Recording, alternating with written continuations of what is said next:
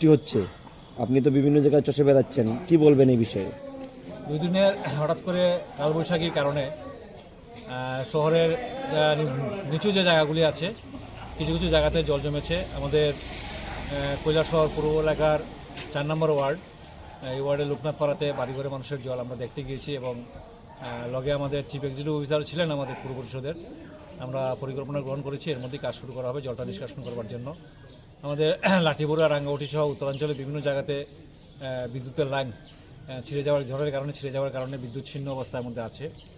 লাঠিবড়ুয়াতে একটা মাইনর ইরিগেশনের একটা কাজ করতে গিয়ে এখানে একটা বাঁধের জায়গা কাটা হয়েছিল, এটাও একটা ভয়াবহ অবস্থা। যাও যুদ্ধকালীন তৎপরতার মাধ্যমে আজকে দপ্তরের উদ্যোগে প্রায় সারাইয়ের কাজ প্রায় আজকে শেষ হয়েছে, এটা আমরা পরিদর্শন করে এসেছি।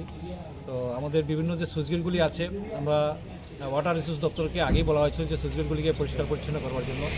তো সময় মতো এই সুইচগেটগুলি পরিষ্কার পরিচ্ছন্ন না করার কারণে কিছু কিছু জায়গাতে জল জমে গেছে।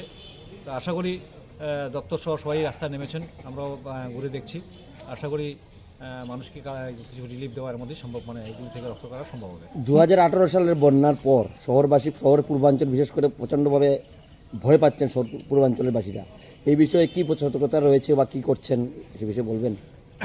ঘটনা হচ্ছে 2018 সালে বন্যার পর আমাদের শহর পূর্বাঞ্চলের মানুষের মধ্যে একটা আতঙ্ক এটা আছে, ঠিকই আছে, কিন্তু বাঁধ ভাঙার মতো বা আবার পুনরায় বন্যা হওয়ার মতো পরিস্থিতি এখনও তৈরি হয়নি। সেই জায়গা থেকে বাঁধের কাজও সেখানে এবারও আবার করা হয়েছে। প্রায় মজবুত অবস্থার মধ্যেই বাঁধ আছে। তো আশা করি, আমাদের বিশ্বাস যে এরকম সেরকম মহা কোনো বিপর্যয় হওয়ার সম্ভাবনা খুবই কম।